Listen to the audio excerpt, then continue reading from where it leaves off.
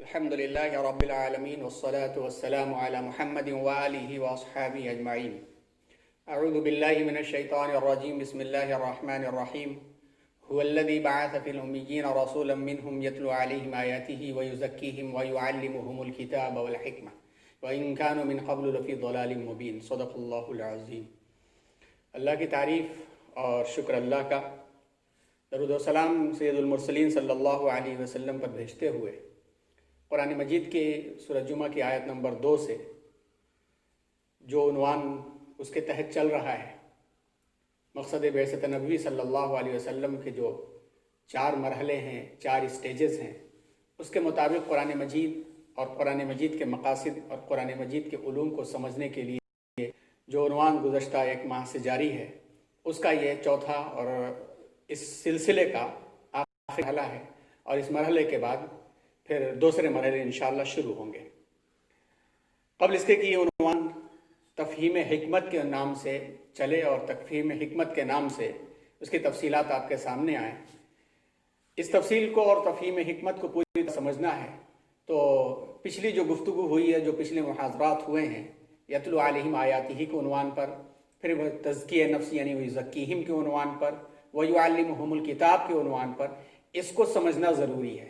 لہٰذا جو لوگ پہلی مرتبہ دیکھ رہے ہوں تو ان سے درخواست ہے کہ پچھلی ریکارڈنگ یا اس کے پہلے UniGC یوٹیوب چینل پہ جو اپلوڈ ہے اسے دیکھ لیں تو یہ پوری طرح بات سمجھ میں آئے گی.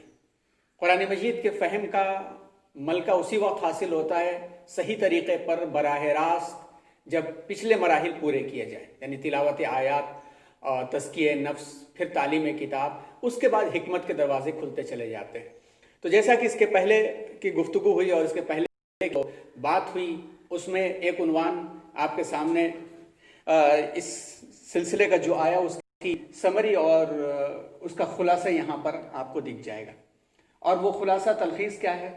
پہلی بات کہی گئی تھی پوری تفصیل کے ساتھ، یتلو علیہم آیاتہ، کہ نبی کریم صلی اللہ علیہ وسلم کی بعثت کا جو مقصد تھا اور آپ نے اسی طرح اس کو پوری طرح سے مکمل طریقے پر، احسن طریقے پر کر کے دکھایا بھی اور عمل کر کے بتایا بھی اور آنے والے لوگوں کی جماعت تیار بھی کی. وہ تلاوت کر کے سنانا، تلاوت سکھانا، یتلو علیہم آیاتہ. تو پہلا جو مرحلہ تھا تلاوت سننا اور سیکھنا. اس کے بارے میں تفصیلات کا جو خلاصہ تھا یہ تھا کہ امت مسلمہ کے گھرانے کا ہر بچہ 5 سے 10 سال کی عمر میں تلاوت آیات سے واقف ہو جائے مع تجوید. اس کی تفصیلات اس پہ اندر آئی تھی. پھر یزکیہم کا مرحلہ آتا ہے، اور یزکیہم کیا تھا؟ حسن مندگی اور اصلاح نفس، تاکہ کتاب کی تعلیم کو ایبزارب اور جذب کرنے کے لائق بندہ بن جائے. 10 سے 14 سال کی عمر، جس کے اندر بچہ اپنے بالوں پر کھولتا ہے، ایک دوسرے سے ملاقات کرتا ہے، اسکول میں بھی ایک ہائر لیول پر وہ پہنچنے کے قریب ہوتا ہے. تو حسن بندگی اور اصلاح نفس 10 سے 14 سال کی عمر میں ہو جانا چاہیے، یہ نصاب ہے. اس کی تفصیلات آئی تھی. پھر وَيُعَلِّمُهُمُ الْكِتَابَ، تعلیم کتاب اللہ کی کتاب کی تعلیم، کہ اللہ کی کتاب کیا کہہ رہی ہے، بندگان خدا سے کیا چاہتی ہے، اور خاص طور پر حاملین کتاب یعنی یہ امت محمدیہ صلی اللہ علیہ وسلم کی جو ذمہ داریاں ہیں، وہ ذمہ داریاں کیا ہیں، شریعت کیا ہے. تعلیم کتاب بتاتی ہے 14 سے 22 سال کی عمر تک ایک مسلمان کو یہ آ جانا چاہیے، تاکہ اب اس کے بعد جو اس کی پروفیشنل لائف شروع ہو رہی ہے، اس کی عملی زندگی جو شروع ہو رہی ہے، اس عملی زندگی میں اللہ کی کتاب سے سبق لے کر کے، اللہ کی کتاب کے مقاصد کو سمجھ کر کے اپنی پوری زندگی حسن بندگی کے ساتھ گزارے.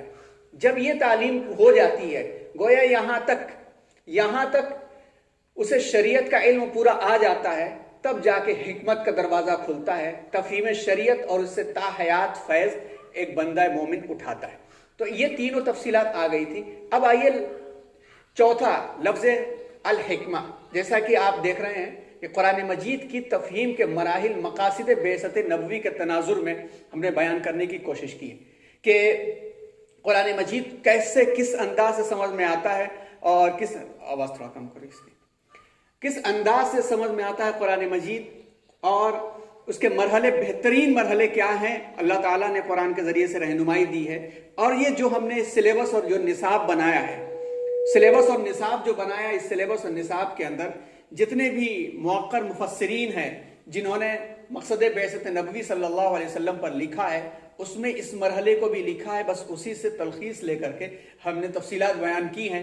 اور اگلی ریکارڈنگ میں آپ نے سنا بھی ہوگا کہ ہم نے 2-3 فارمولے بیان کیے تھے ان لوگوں کے لیے جنہوں نے براہ راست مدرسے میں تعلیم حاصل نہیں کی، کیونکہ یہ عنوان خاص طور پر انہی حضرات کے لیے چل رہا ہے جو مدرسے سے گزرے نہیں، لیکن ان کے اوپر بھی قرآن کو سمجھنا، قرآن کا علم حاصل کرنا اتنا ہی بڑا فریضہ ہے جتنا بڑا فریضہ اہل مدرسے کے اوپر ہے۔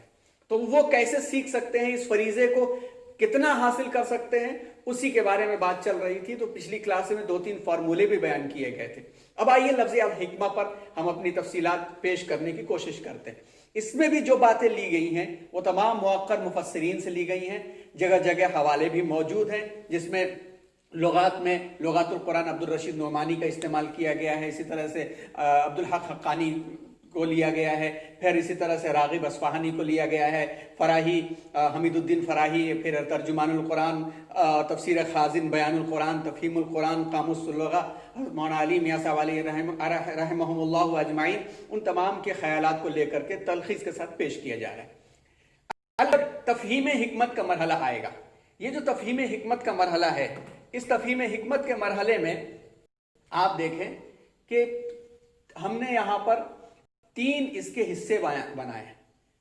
پہلا ہے معنی اور مفہوم، کہ حکمت کہتے کس کو ہے، قرآن کی روشنی میں، عربی زبان میں اور لغت میں کس کو کہتے ہیں، اس کو سمجھنا ضروری ہے۔ کیوں جانتا ہے کہ حکمت کے بارے میں بہت بات کرتا ہے، حکمت سے بات کرو، حکمت سے کام کرو، حکمت اس میں ہے، حکمت کہتے کس کو ہے، وہ تفصیلات یہاں پر بیان کی ہیں۔ اور اہل علم اس بات سے بھی اچھی طرح سے واقف ہیں کہ انسان 3 طرح کی عمر جیتا ہے۔ 3 طرح کی عمر جیتا ہے۔ ایک تو اس کی کرونالوجیکل ایج ہوتی ہے، موروثی زندگی، پیدا ہوا اور مرنے تک، بچپنا، جوانی، ادھیڑ عمر، بڑھاپا، گویا ایک طرح سے کرو چلتی ہے۔ اس کے دوسری ایج ہوتی ہے جو اس کی جنسی زندگی کی ہوتی ہے، سیکشول ایج کہا جاتا ہے اسے۔ تیسری ایج جو ہوتی ہے اس کی انٹیلیجنس ایج ہوتی ہے، اور ماہرین نفسیات اس بات سے واقف ہیں اور اس بات کا دعویٰ کرتے ہیں کہ جو کرونالوجیکل ایج ہے اس میں رکاوٹ تو موت ہی ہے۔ دوسرے جو ایج ہے وہ بھی ایک مرحلے سے شروع ہوتی ہے، دوسرے مرحلے تک جا کر کے ختم ہو جاتی ہے۔ جو انٹیلیجنس ہے، جو ذہانت ہے، یہ ذہانت 18 سال کی عمر تک عموماً بڑھتی ہے۔ 18 سال کے بعد ذہانت کا ارتقاء رک جاتا ہے، پھر وزڈم یعنی حکمت کا مرحلہ شروع ہوتا ہے۔ اب ماحول اور حالات کے اعتبار سے، تجربے کے اعتبار سے حکمت کے دروازے کھلتے رہتے ہیں تجربوں کی روشنی میں۔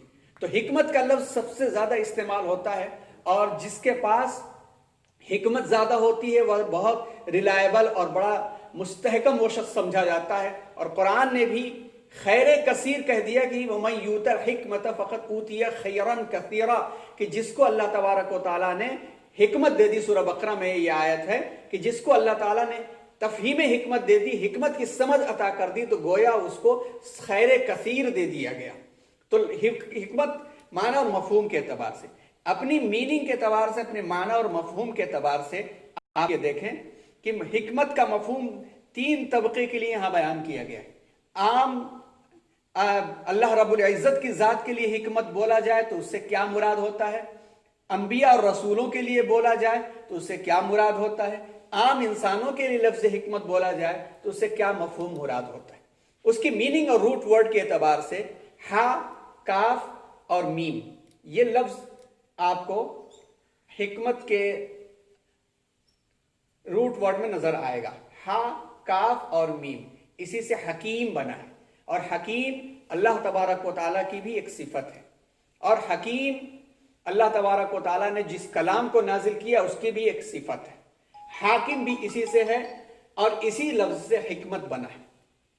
تو حکمت کے مفہوم میں جب یہ اللہ تبارک و تعالیٰ کے لیے بولا جائے، کیونکہ قرآن میں اللہ کے لیے بھی یہ لفظ استعمال ہوا ہے، تو اس کا مفہوم ہوتا ہے معرفت کل مستحکم تخلیق۔ یعنی معرفت کل کا مطلب یہ ہے کہ اندھیری رات میں اندھیری رات میں چلنے والی چوٹی کے پیروں کی آواز کا بھی علم اللہ تبارک و تعالیٰ کا ہے۔ وسع کرسیہ السماوات والارض سے اکثر مفسرین نے لکھا ہے کہ علم کی وسعت مراد لیا ہے، اور جیسا کہ ذرے ذرے میں نمایاں ہے مگر پنہاں ہے، تو ہر چیز سے اللہ تبارک و تعالیٰ کی معرفت کا علم حاصل ہوتا ہے۔ پھر مستحکم تخلیق، فرجع البصر هل ترى من فطور ثم ارجع البصر کرۃ، کیا پلٹ پلٹ کر کے دیکھو کیا آسمان و زمین کی تخلیق میں کیا تم کو کچھ کجی اور کمی نظر آئے گی؟ پلٹ پلٹ کر کے دیکھو۔ کل فی فلک یسبحون، ہر چیز اپنی اپنی جگہ پہ اپنے اپنے مدار میں اپنی اپنی محور میں گردش کر رہی ہے، اور ووضع المیزان، ایک میزان اس نے قائم کر دیا ہے۔ تو مستحکم تخلیق اور ایجاد، وہ خالق کل شیء، ہر چیز کا خالق ہے۔ تو جب حکمت کا لفظ اللہ کے لیے بولا جاتا ہے تو اس سے مراد ہر چیز کی معرفت اور پرفیکٹ کریشن، مستحکم ایجاد ہوتی ہے۔ انبیاء اور رسولوں کے لیے جب بولا جاتا ہے، جیسا کہ سورہ احزاب میں ہے، وَاذْكُرْنَ مَا يُتْلَى فِي بُيُوتِكُنَّ مِنْ آيَاتِ اللَّهِ وَالْحِكْمَةِ، انبیاء اور رسولوں کے لیے بولا جائے تو منصب رسول، نبوت اور رسالت یہاں پہ مراد ہوتا ہے، جیسا کہ احزاب میں لفظ حکمت سے مراد نبوت اور رسالت ہے۔ عام انسانوں کے لیے جب لفظ حکمت بولا جائے تو اس کے بارے میں یہ چند مشہور اقوال ہیں۔ نمبر 1، موجودات کی صحیح معرفت۔ راغب اصفہانی لکھتے ہیں موجودات کی صحیح معرفت۔ اب آپ اس کی تعریف دیکھیں اور پھر ابھی اور مزید وضاحت اس کی ہوگی۔ موجودات کی صحیح معرفت، اس کے اندر سائنس جو فنی طور پر پڑھائی جاتی ہے اس کی وضاحت میں یہی بات کہی جاتی ہے کہ صحیح معرفت کا مطلب ہوتا ہے کسی چیز کا آبزرویشن سے ہی صحیح معلومات نہیں ہوتی، پھر اس کے بعد ایکسپریمنٹ کا درجہ آتا ہے، پھر ایکسپریمنٹ کے بعد پھر سسٹمائزیشن آف دا نالج ہوتا ہے کہ تجربہ، مشاہدہ اور تجربہ کر کے ایک ہائپوتھیسس، ایک قیاس آرائی کو سامنے رکھتے ہوئے جب مزید ریسرچ ہوتی ہے تو ایک علم نکل کر کے سامنے آتا ہے اور ایک نتیجہ نکل کر کے آتا ہے۔ تو گویا فن سائنس کی تمام تعریفات اس کے اندر آ گئی۔ نیک اعمال انجام دینا، یہ بھی مراد ہے لفظ حکمت سے۔ نیک اعمال مراد دینا، مراد یہاں پر ہے کہ ادعو الی سبیل ربک بالحکمت والموعظۃ الحسنہ۔ اسی طرح سے معاملات میں فیصلہ حق کے مطابق کرنا، والموعظۃ الحسنہ یعنی حق کے مطابق اچھی طریقے سے نصیحت کے ساتھ۔ پھر حدیث، سنت اور سیرت کا علم، اس سے حکمت مراد لیا گیا کہ حکمت کا مطلب حدیث کا علم، سنت کا علم اور سیرت کا علم، کیونکہ یہ بھی بندے کو حسن بندگی کی طرف لے جانے کا اور زندگی گزارنے کا سلیقہ اور طریقہ حدیث، سنت اور سیرت ہی ہمیں بتاتی ہے۔ اس کے بغیر قرآن مجید کی وضاحت بھی ہمیں نہیں ہو سکتی، اس کے بغیر قرآن مجید کی آیتوں کی تفصیل اور تشریح اور بھی نہیں ہو سکتی، اور عملی طور پر ہمیں جو قرآن ملتا ہے وہ حدیث، سنت اور سیرت میں ملتا ہے۔ اسی طرح سے دانشمندی، تدبیر، علم و عقل مراد لیا گیا ہے۔ حق بات پہنچانا، عدل و انصاف، یہ بھی مراد لیا گیا ہے۔ حضرت مولانا علی علیہ رحمہ اخلاق فاضلہ بھی مراد لیتے ہیں کہ حکمت سے مراد اخلاق فاضلہ، کیونکہ نبی کریم صلی اللہ علیہ وسلم نے ارشاد فرمایا تھا کہ بعثت لأتمم مکارم الاخلاق، اور قرآن نے بھی تعریف کی تھی وَإِنَّكَ لَعَلَىٰ خُلُقٍ عَظِيمٍ۔ تو ایک مرد مومن اخلاق فاضلہ کا جب نمونہ بنتا ہے تب جا کر کے اس کی زندگی حکمت کے تحت گزرتی۔ اب حکمت کی جو وضاحت کی گئی ہے، حکمت فلسفیوں کے نزدیک حکمت کی وضاحت ایک الگ انداز کی ہے، حکمت شریعت کی بھی وضاحت ایک الگ انداز کی ہے، اور یہ تفصیلات آپ کو علامہ عبدالحق حقانی علیہ رحمہ کی تفسیر میں مل جائیں گی، اس کو ہم نے مختصر کر کے یہاں پہ لکھا ہے۔ حکمت شریعت اور حکمت فلسفہ میں کیا فرق ہے؟ فرق یہ ہے کہ حکمت شریعت سمجھ لیجئے کہ ایک کمپیکٹ کی طرح سے منجمد ہے، اسٹیبل ہے، اس کے اندر تبدیلی نہیں ہے۔ کیوں تبدیلی نہیں ہے؟ اس کی وضاحت سے سمجھ میں بات آ جائے گی۔ زمانہ جیسا بھی تبدیل ہو مگر اس کے اندر تبدیلی نہیں ہوگی۔ حکمت فلسفہ، ہر زمانے کے فلسفیوں نے موجودات کو، جو بھی کریشنز ہیں، تخلیقات ہیں، اپنے اپنے انداز سے ریسرچ کیا ہے، اور ان کی ریسرچ تبدیل ہوتی رہتی ہے، مفہوم بدلتا رہتا ہے، لیکن یہ نہیں بدلتے۔ حکمت شریعت کیا ہے؟ جیسا کہ بات بار بار کہی جا رہی ہے کہ تین مراحل تلاوت آیات، تزکیہ اور کتاب کا علم حاصل ہو جائے تو ایک بندہ مومن کو یہ حاصل ہو جاتا ہے کیا؟ حق کی پہچان کا آلہ اسے مل جاتا ہے کہ سچ کیا ہے، جھوٹ کیا ہے، غلط کیا ہے، صحیح کیا ہے، باطل کیا ہے، مادی کیا ہے، اللہ کے بتائے ہوئے راستے کیا ہیں، وہ پا لیتا ہے، اس لیے کہ وہ کو حاصل ہو چکے ہیں، دل بھی پاک ہو چکا ہے سچائی کو لینے آتے۔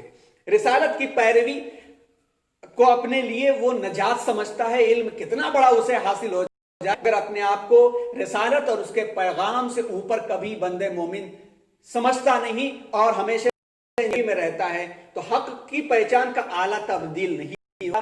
لا تبدیل لکلمات اللہ، رسالت کی پیروی بھی تبدیل نہیں ہوتی، کیونکہ نبیوں کا جو پیغام تھا وہ تمام کا تمام پیغام تقریباً قریب تھا، جزوی ذرا فرق تھا۔ توحید، رسالت، آخرت، اللہ کی بندگی، مبدأ اور معاد، یہ سب کا ایک تھا، چاہے حضرت آدم علیہ السلام ہو یا سید الرسول امام الانبیاء صلی اللہ علیہ وسلم ہو، مبدأ اور معاد کی خبر ہوتی ہے۔ وہ علم میں کتنا بڑھ جائے لیکن اپنی صلاحیت کے باوجود بھی پیدائش سے پہلے کے حالات اور مرنے کے بعد کے حالات کا انکار نہیں کرتا۔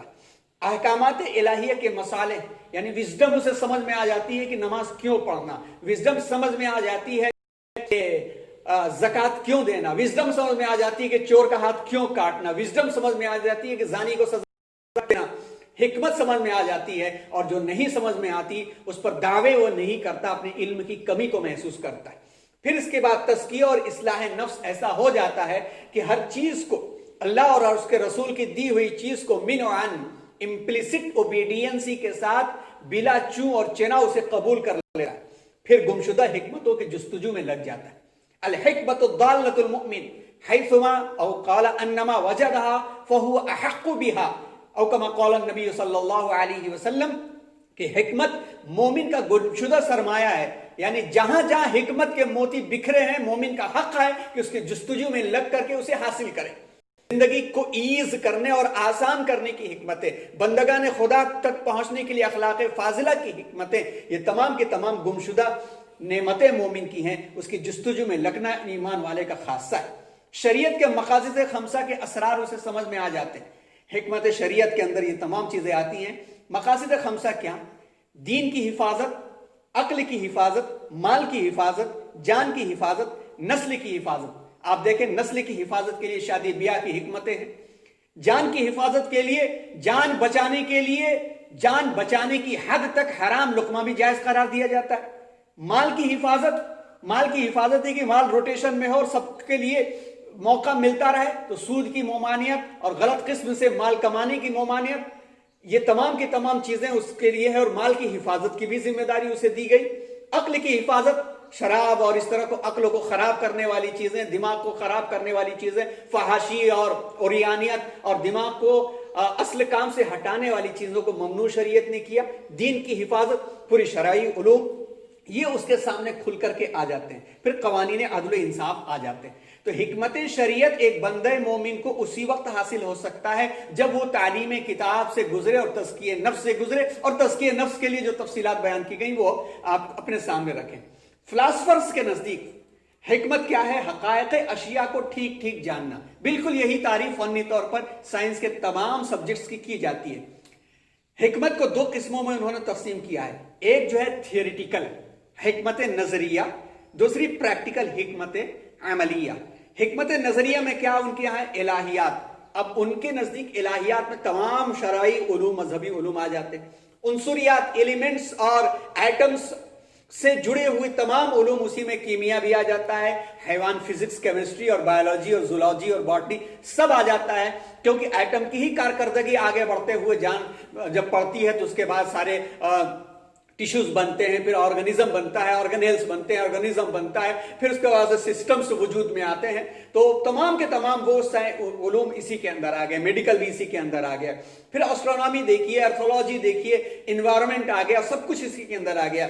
میتھمیٹکس دیکھیے، ریاضیات بہت سارے علوم کی ماں کہی جاتی ہے، یہاں تک کہ سائیکالوجی کے اندر بھی ریاضیات کا دخل پایا جاتا ہے۔ جیوگرافی دیکھیے، جغرافیہ، تو تھیوریٹیکل حکمت کے اندر تمام علوم داخل ہو گئے، پریکٹیکل عملیہ کے اندر تدبیر المنزل، یعنی سمجھ لیجئے کہ پوری سماج سائنس، سوشل سائنس اس کے اندر آ گئی، تہذیب الاخلاق، تمام کے تمام مورل سائنس آ گئے کہ کیسے شہریوں کے حقوق ہوتے ہیں، شہریوں کے حق کیا ہوتے ہیں، ایک دوسرے سے ملنا ملانا کیا ہوتا ہے، سیاست مدن، پولیٹکس کی اس کے اندر پوری کی پوری آ گئی، کیسے چلایا جاتا ہے، کیسے حقوق، کیسے بارڈر کے حقوق ہوتے ہیں، لین دین کے کیسے حقوق ہوتے ہیں، گویا اکنامکس وغیرہ سب اس کے اندر آ گئے۔ تو حکمت کے اندر آپ دیکھیں تمام کی تمام چیزیں آ جاتی ہیں۔ تو یہ ہو گیا ایک مرحلہ۔ دوسرا مرحلہ اب یہاں پر یہ ہے کہ طرز تفہیم حکمت کیسے ہونا چاہیے۔ جیسا کہ بیان کیا گیا کہ یہ جو چیزیں ہیں، یتلو علیہم آیاتہ ویزکیہم ویعلمہم الکتاب والحکمہ، تو یہ تو پوری زندگی چلتا رہتا ہے، لیکن آغاز کہاں سے ہوتا ہے، سلیبس کیسے بنتا ہے؟ تو ایک تو سلیبس بنا ہوا ہے جو مدرسوں میں چلتا ہے، جو موقر مدارس جس کو فالو کرتے ہیں، اور ہونا بھی چاہیے۔ دو طرح، اہل مدارس کے لیے اور عصری تعلیم یافتگان کے لیے۔ طرز تفہیم حکمت اہل مدارس کے لیے عام طور پر کیا ہوتا ہے، 20 سال اور 21 سال کی عمر میں بچہ عالم بن جاتا ہے مدرسے کے اندر، جیسا کہ پچھلی تعلیم کتاب کی کلاس میں بتایا گیا کہ جب عالم بنتا ہے تو قرآن کو سمجھنے کے لیے کیا کیا علوم کم از کم وہ پڑھتا ہے۔ عالم بننے کے بعد 20 سے 24 سال کے درمیان میں وہ 2 سال فضیلت یا تخصص یا اسپیشلائزیشن کرتا ہے، گویا پی جی کرتا ہے وہ۔ تو یہاں پر تفہیم حکمت 20 سے 24 سال کا جو مرحلہ ہوتا ہے، اس مرحلے کو پورا کرنے کے بعد تفقہ فی الدین ایک عالم کے اندر پیدا ہو جاتا ہے۔ شرط یہ ہے کہ وہ اپنی کوشش جاری رکھے، صرف کلاسیں اٹینڈ کر کے ڈگری لے کر کے نہیں ہوتا، اپنی کوشش اور عملی زندگی میں اسے برتتا ہے، تب جا کے تفقہ فی الدین حاصل ہوتا ہے۔ مَن یُرِدِ اللَّهُ بِهِ خَیْرًا یُفَقِّهْهُ فِی الدِّین، جو فرمایا گیا کہ اللہ جس کے بارے میں خیر کا فیصلہ فرماتے ہیں، تفقہ فی الدین، دین کی سمجھ، انڈرسٹینڈنگ عطا کر دیتے ہیں۔ وہ کیسے آتی ہے؟ تفسیر اور اصول تفسیر وہ پڑھ لیتا ہے، تفسیر کرنے کے کیا اصول ہیں، کیا پرنسپلز ہیں، کیا چیزیں ریکوائرمنٹس ہیں، حدیث اور اصول حدیث کو کیسے پہچانا جاتا ہے، یہ حدیث ہے یا نہیں ہے، روایت ہے یا نہیں ہے، روایت ہے، درایت ہے، اور اسماء الرجال ہے، جرح و تعدیل ہے، سب آ جاتا ہے۔ فقہ اور اصول فقہ کیا ہے، وہ سمجھ کیا ہے، قرآن کے جو احکامات ہیں وہ مصالح کے اعتبار سے تبدیل ہو سکتے ہیں یا نہیں ہو سکتے۔ قرآن کے احکامات، قرآن کی آیتیں تبدیل نہیں ہوتی، مگر مثال کے طور پر جو نہ تبدیل ہونے والی چیزیں ہیں وہ کلیئر ہیں، لیکن حالات کے تقاضے کے لحاظ سے کچھ چیزیں تبدیل ہو جاتی ہیں۔ مثال کے طور پر بزنس، تجارت کے اصول مسلم ہیں، لیکن تجارت کے اصول تبدیل ہو رہے ہیں، سامنے کی تجارت ہو رہی ہے تو وہ اصول بھی متعین ہے۔ اگر آن لائن تجارت ہو رہی ہے تو آن لائن تجارت میں شریعت کیسے رہنمائی کرے گی، یہ سب تفقہ حاصل ہو جاتا ہے۔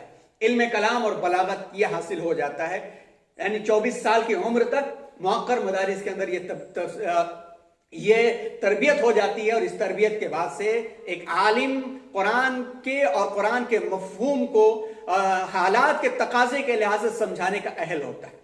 اب اگر اس قسم کی تفہیم انٹلیکچوئلز کو حاصل کرنی ہے، یعنی عصری تعلیم یافتگان کو حاصل کرنی ہے، تو اس کے لیے بھی 22 سے 25 سال کی عمر میں حاصل کیا جا سکتا ہے۔ ویسے تو تا حیات اس سے فیض اٹھایا جاتا ہے، لیکن 22 سے 25 سال کی عمر میں یہ ہو جانا چاہیے۔ کیسے؟ نمبر 1 جو سب سے اہم ہے، کبھی کبھی لوگ بھٹک جاتے ہیں، اس بات کو سمجھا جائے اور پوری تاریخ دیکھ لی جائے، وہ ہے العلماء کی سرپرستی۔ بغیر العلماء لفظ اس لیے ہم استعمال کر رہے ہیں کہ قرآن میں جو لفظ استعمال کیا گیا انما یخشی اللہ من عبادہ العلماء، کہ بے شک اللہ سے محبت اور خشیت وہی رکھتے ہیں جو العلماء ہیں۔ تو اس کی تفصیلات جو علماء کی آتی وہ یہ سب ہیں، جو پچھلی تعلیم ہے، جو خود اللہ والے ہیں، خود ان کے پاس آتھینٹک علم ہے، خود وہ تفسیر اور قرآن کو جانتے ہیں، ان کی سرپرستی میں مطالعہ کیا جائے۔ جیسے مثال کے طور پر اب یہ آپ سمجھے، یہ کہیں کہ ارے 20 اور 22 سال کی عمر میں ہم خود اتنے انٹلیکچوئل ہو چکے ہیں، ہم انجینئر ہو چکے ہیں، ہم ڈاکٹر آئی ایس آفیسر ہیں، کیوں سرپرستی لیں؟ تو اسی کی مثال ایسی ہو سکتی ہے کہ ایک عالم جو بہت ایکسپرٹ ہے مگر وہ میڈیکل فیلڈ میں کچھ معلوم کرنا چاہتا ہے تو کسی ایکسپرٹ ڈاکٹر کی سرپرستی کے بغیر وہ اپنے آپ کتابیں پڑھ کے معلوم کرے گا تو ممکن ہے کہ کہیں نہ کہیں بڑی غلطی کر جائے ہو. تو اسی طرح سے ہم اپنی فیلڈ میں ایکسپرٹ ہو سکتے ہیں مگر جب دوسرے کی فیلڈ میں ہمیں جانا پڑے گا تو کسی نہ کسی کی گائیڈنس ہمیں لینی پڑے گی. اسی طرح سے قرآن کو سمجھنے کی جو حکمت ہے اس میں العلماء کی سرپرستی چاہیے.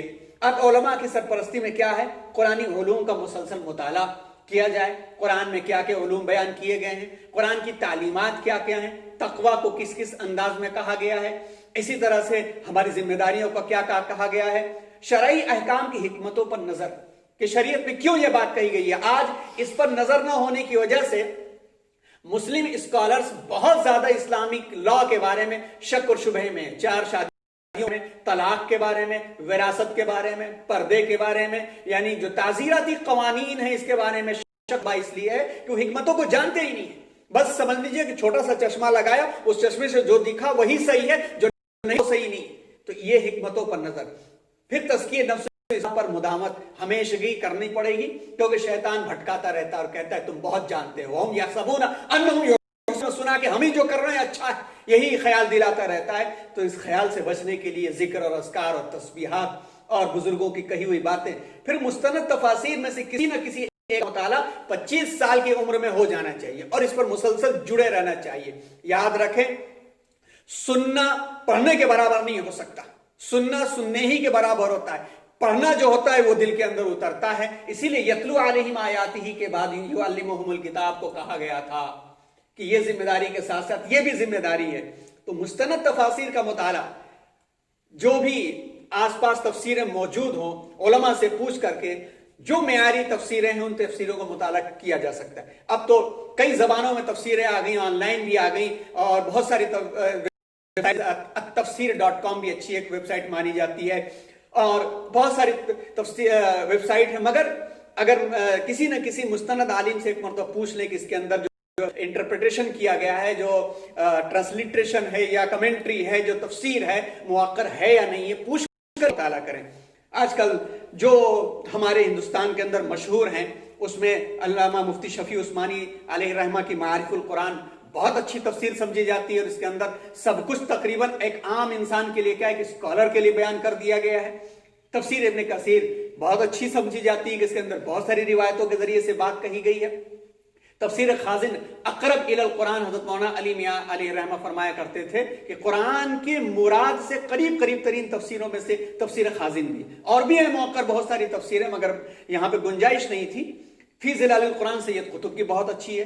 تفہیم القرآن بھی عصری تعلیم یافتہ اور مغربی الغار سے بچانے کے لیے بہترین تفسیروں میں شمار ہوتی. تفسیر ماجدی ایسی ایک تفسیر ہے کہ اس کو مولانا عبد الماجد دریابادی نے پہلے انگلش میں لکھا، بعد میں اردو میں انہوں نے لکھا. تو انگلش اور اردو دونوں زبان میں یہ موجود ہے اور دونوں زبان میں یہ موجود ہے. تفسیر الکبیر رازی، اسی طرح فتح القدیر الشوکانی وغیرہ تفسیروں کا مطالعہ کیا جائے. تاہم یہ بات یاد رکھیں کہ اس طرز سے تفسیروں کا مطالعہ کر کے کوئی مفسر نہیں بن سکتا. تفہیم کا درجہ حاصل ہو جائے گا، فہم قرآن حاصل ہو جائے گا، لیکن مفسر نہیں بن سکتا. فہم قرآن فرض ہے سب کے لیے، مفسر قرآن بننا فرض کفایہ ہے. کہ سوسائٹی میں ایک تفسیر کو جاننے والا مفسر ہے تو دوسروں کے لیے فرض کفایہ ہو جائے گا. مفسر بننے کے لیے یہ والے علوم اور اس کے پہلے کے جتنے علوم بیان کیے گئے، اصول تفسیر کے تمام علوم جب تک آ نہیں سکتے تب تک نہیں بن سکتا. فہم قرآن